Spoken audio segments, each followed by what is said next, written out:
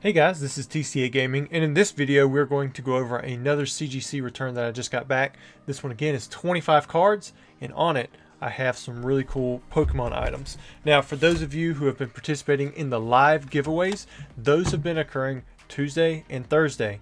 If you were a winner, make sure you reach out to me. I want to reset those prizes every following Tuesday, so depending on which live giveaway you may have won in, you have roughly 5 to 7 days to respond to me. If you don't respond to me by then I'm going to reset it. The reason I'm mentioning it is because I know that we had different rules in the past, but this is going to make it a lot easier.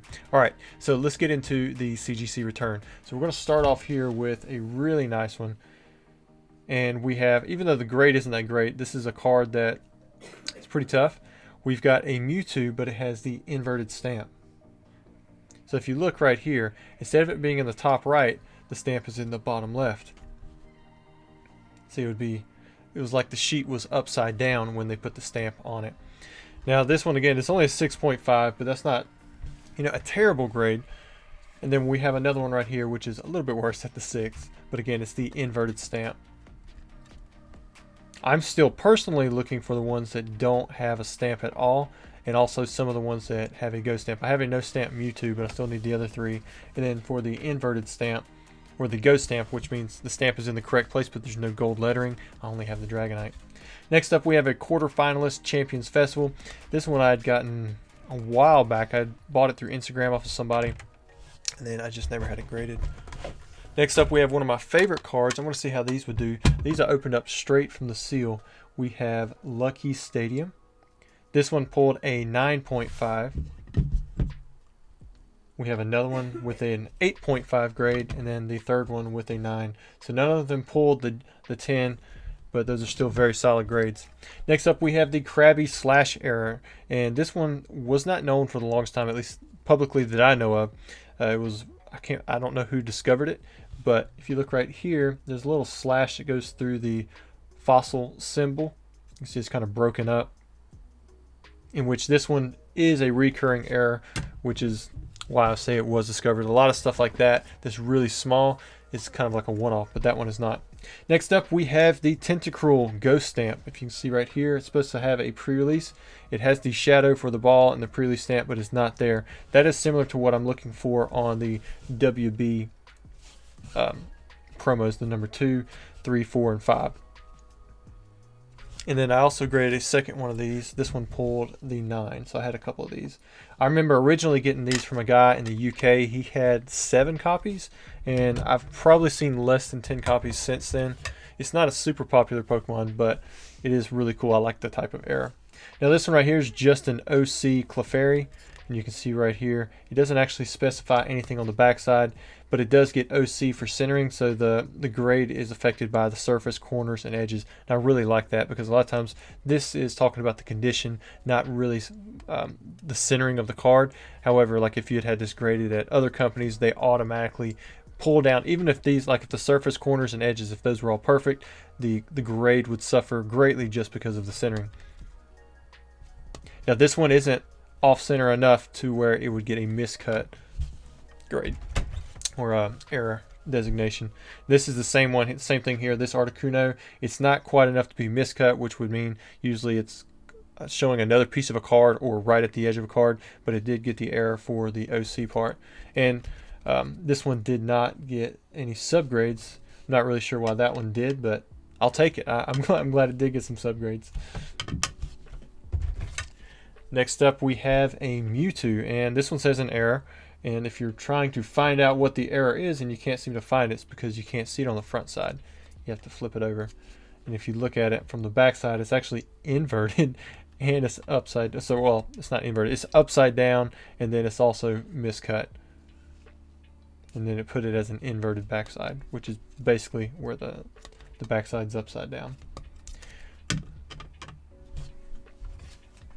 Next up we have an Eevee.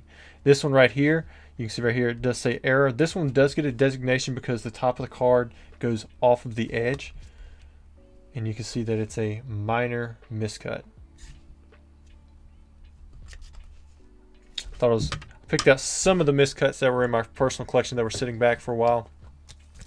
Now this one right here is possibly cut from a sheet. but there's no provenance. So they did not grade this square cut. This is actually my champ. I remember when the guys were here for Collecticon, I remember telling them that I did not, or I think I even said it on a recent podcast where I had sold a square cut Machamp in a collection a while back, and it was one that had come with a base set.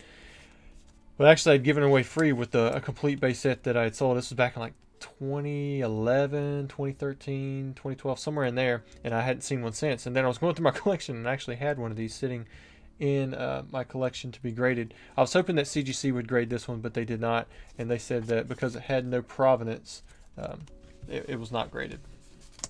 And then I had a few other square cuts from base set as well that I wanted to have graded, but I assume it was a similar type thing. In fact, I'm going to show them all to you guys. Alright, so I had sent this one in.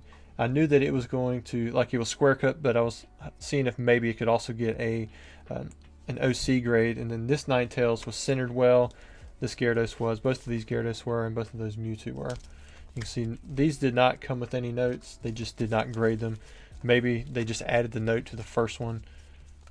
But as far as I can tell, these were close to the same size. I haven't pulled them out and like stacked them against each other in a while, but I have quite a few square cuts from base set, and I've got many square cuts that I personally pulled from booster boxes, but none of those that I pulled personally. All right, next up we have a Wartortle error, and for those of you who don't know what I'm talking about here, if you look in the top left corner, you have a Wartortle instead of a Squirtle in that evolution box, and that is indeed the error, and this is a 9. Next up, we have a Yu-Gi-Oh card. This is the Judgment of Anubis. I remember trading for this when I was a kid, and I kept it. I think it was, well, maybe I wasn't a kid, but it's been in my collection for a while. It's been in my collection probably for at least 10 years or so. Could have been longer, but you can see right there, the name, it's shifted down.